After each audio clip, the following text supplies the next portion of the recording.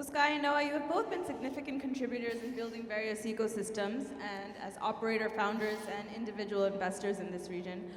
What do you believe are some of the elements that are conducive to entrepreneurship in this region? Yes, please. Several things, right? I think fundamentally to build companies, and especially ones that are venture-backed to rapidly scale, capital's a fundamental element of that, right? That there can be great ideas, great market opportunities, great management teams, and great business models, but you need the capital to fund and execute against that opportunity. But to have and attract and maintain capital, you need solid financial markets and institutions, right? And you need clear rule of law, these fundamental elements of a solid business environment, and making it relevant to the region. I think the region is certainly showing that.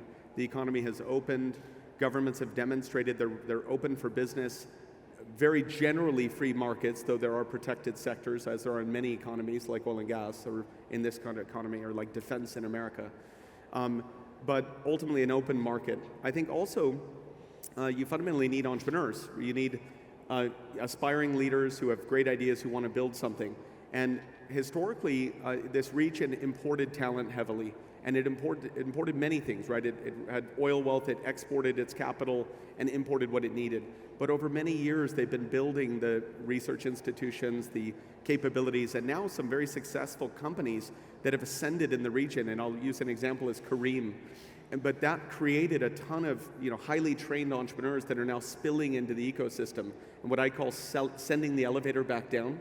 And now they're entering and founding new companies. I heard a statistic that over 50% of the millionaires created by Kareem have all now started companies, which is exactly what you want to see.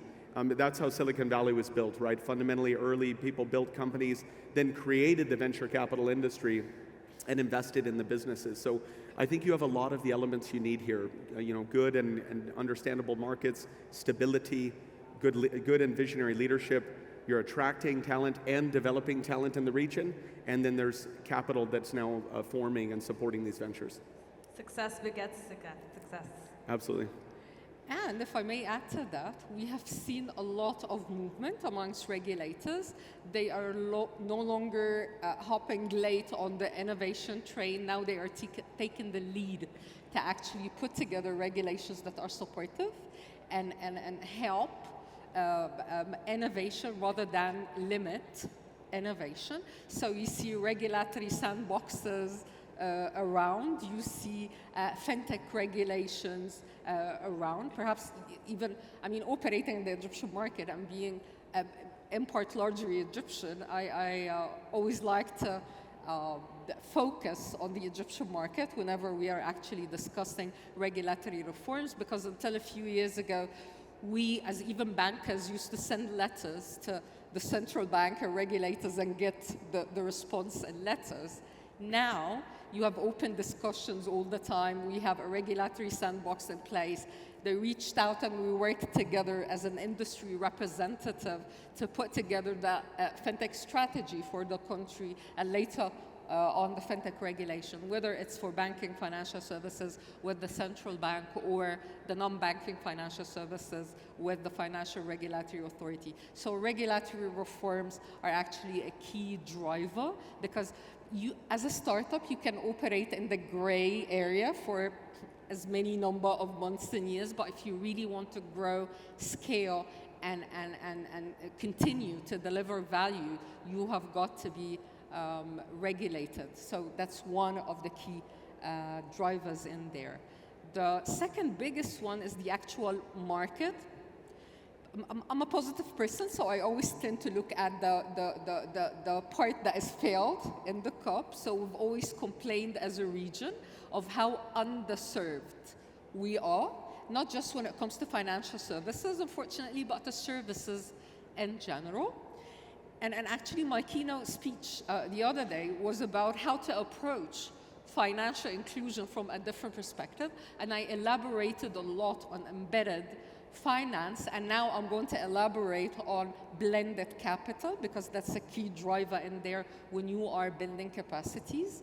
So having that size of market of hundreds of millions of people who are underserved, whether key services like education, like healthcare, even the commerce, digital commerce, and of course, as far as the financial services is concerned, and having that many number of MSMEs that are actually in millions. So, and if you look at the Saudi market, you have more than like 700K SMEs who have funding gaps in there. They are not really properly served by the financial industry. That represents opportunity. So being underserved is an opportunity for investors, opportunity for startups who actually have what it takes to build startups and serve the market. So that big unserved market is the second biggest driving force beyond that goes behind pushing innovation ahead and the entrepreneurship ecosystems. Perhaps we can later cover the blended finance element. Absolutely. Please. Yep. And how have each of you used technology to invest, build, and scale? Well, so the company most relevant for this region is Pure Harvest Smart Farms, because I've built other companies before out of the United States and other markets. But at Pure Harvest, we use technology to fundamentally control weather, right? We design, build, and operate these very high-tech, climate-controlled greenhouse solutions that let us localize production in extreme markets, as I mentioned. But fundamentally here, when you look at the elements of food production anywhere in the world, it's sunlight, labor, land, energy, water, taxation, transportation, and capital. And fundamentally, plants grow on sun, CO2, water, and nutrients. Sun and CO2 are abundant in this region. So I believed, and part of the theory of the company was that if you could harness the power of that sun, including embedding solar energy, you could actually be the lowest cost and highest quality fresh produce maker in the world. And I actually have produce over there, which you saw earlier, Bina, that is epic. I encourage some people to try it. But we turned out to be right on that theory. We use technology, though. We have a centralized software that controls a bunch of hardware so we can orchestrate climate internally. Once you do that, you just let God do his work, and the plants grow incredible output. We're the highest yielding tomato farm in the world, significantly, out of the United Arab Emirates. And now we've built in Saudi Arabia. We have a farm coming online that will hit the markets in March with almost 140 tons a week of production of 16 varieties of beautiful tomatoes. And in partnership with Nadek, the large dairy company that many of the Saudis here would know. And so we are already here. That farm is embedded with a 30 megawatt solar power farm. So it's over 80% powered by solar power.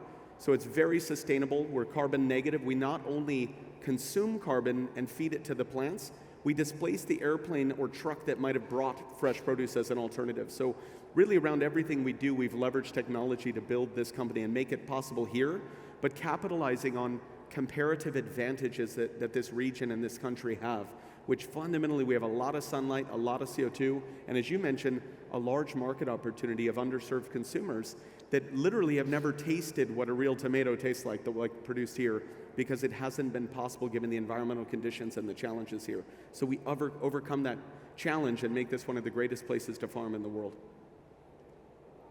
Thank you. Noah? Well, that's one utilization of actually not just one technology, but multiple technologies that are there that makes it feasible to attend to one of the challenges that we are going to be facing sooner or later, and that's the limited access to food, which is key to sustaining life on Earth. What does technology as an enabler do?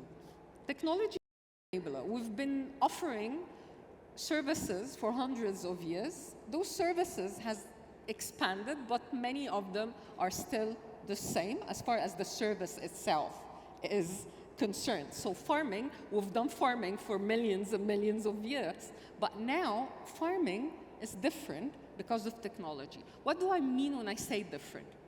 It's more cost efficient, so accordingly it makes the probability of you running a profitable business higher, and that's the sole contributor to sustaining a business and continuing to offer markets. So technology makes it a lot cheaper, a lot more cost efficient to either manufacture products or offer services. What else does technology do? Technology helps with the scale. So if you are farming one acre of land or 1 feddan of land, and you're doing it the old manual way, the produce that you get out of it is going to be less than 10% of what you would get if you've actually utilized the right technology. Maybe less than 2%. Thank you very much, even 2%. So technology made every industry more scalable. If we want to focus on the financial industry, it made it accessible.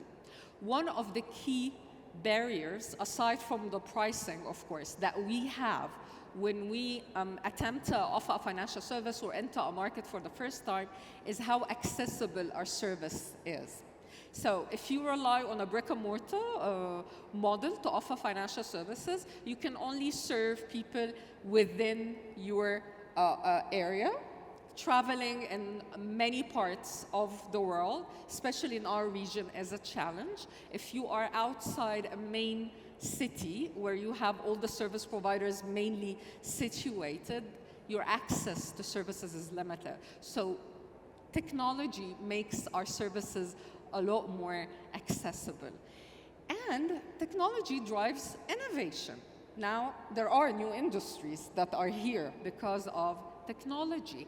There are new inventions that has made our life better.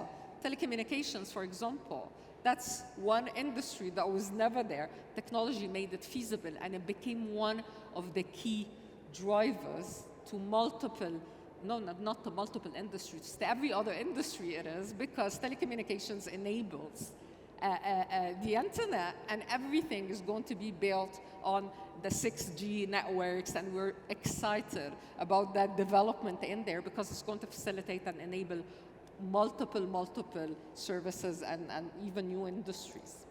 Bina, if I can build on one comment she said, which I think is an important thing for people to cement, is technology is really a tool, it's an enabler, right? And when we talked about, this is about a sustainable ecosystem, that fundamentally technologies increase productivity, human productivity, machine productivity, et cetera, right? They fundamentally increase the output per unit of input. And that is absolutely needed in a world serving more and more people with less and less resource, right? So when you talked about the roles, I gave an example of how we use tech to build a company, but it's how the world is doing it. But what's important about building a sustainable ecosystem is really this concept of value creation versus value capture. There's a value chain from a mineral in the earth that eventually becomes an element of an automobile, right? And a huge value chain of industries stepped between that before the final output. And the final price of the car versus the price of the mineral in the earth are very different, right? That's how you quantify the value chain. But who captures the value in that value chain? That's about building a sustainable system. A government like Saudi or the UAE or this region is working to do this, but to put in place the institutions and the ecosystem that enable its citizens to participate both in the value creation and the capture of value. And that's a really fundamental thing, because let me give a sharp contrast. We'll use the farming example because it's intuitive to everyone. An example of an economy that does a lot of value creation and very little capture, the coffee industry. Huge amounts of people employed in it globally, hugely labor intensive. People give their lives to grow the coffee we all enjoy, which is now the #1 consumed beverage in the world after water, right? But then how much value do these people capture? How much do their economies grow in these coffee producing nations? It's very dismal, right? The value capture is Starbucks. They've captured it all globally, right? I mean, they're now the largest coffee buyer on the planet. Now, it's not to criticize it, it's to show the difference between the United States' participation in the coffee value chain and that of any one of these coffee-producing nations in Colombia or Ghana or anywhere, right? And it's a powerful example to cement. Technology's role in that is fundamental, but it's also the role of creating an ecosystem that your citizens participate in both the value creation and the capture of that value to create wealth, grow your economies, and improve the livelihoods of your people. If I may add one thing about technology that is really important and is a key driver for change, and that's enabling collaborations. If we look at prior to the technology age, every service provider had to cover the value chain end to end. So you had to carry out every process there is from the beginning till the end. from the moment you onboard customer or acquire customer, you go through the entire process until the moment the service is delivered. That required a lot of capacity building, a lot of resources, the absence of the ability to concentrate, to build solid knowledge and expertise in only one area. And the focus on building that solid know-how is one of the key drivers of growth later on. So everything was centralized.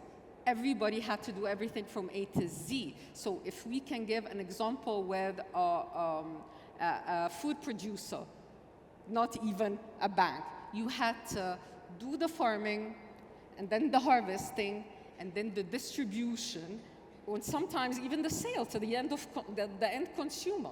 You had to cover the process end to end because there weren't means to build those collaborative networks and bring together other players who have built certain infrastructure, certain set of expertise that drives the cost of operating lower. An example on the banking system.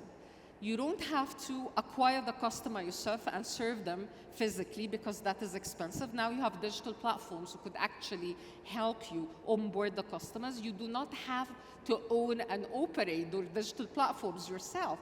You rely on partners, but again, that partnership and collaboration is built upon technology that enables that connectiveness. So my partner as a bank can be a B2B e-commerce platform that sells services to a certain target market segment.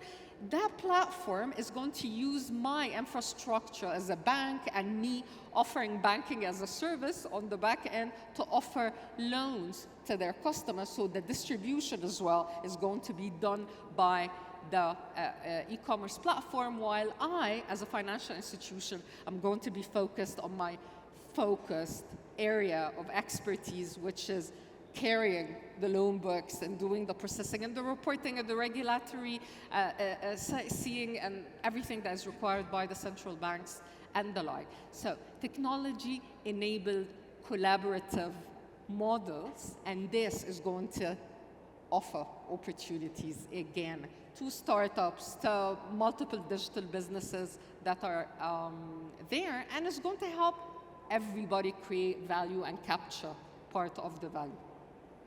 Great, thank you.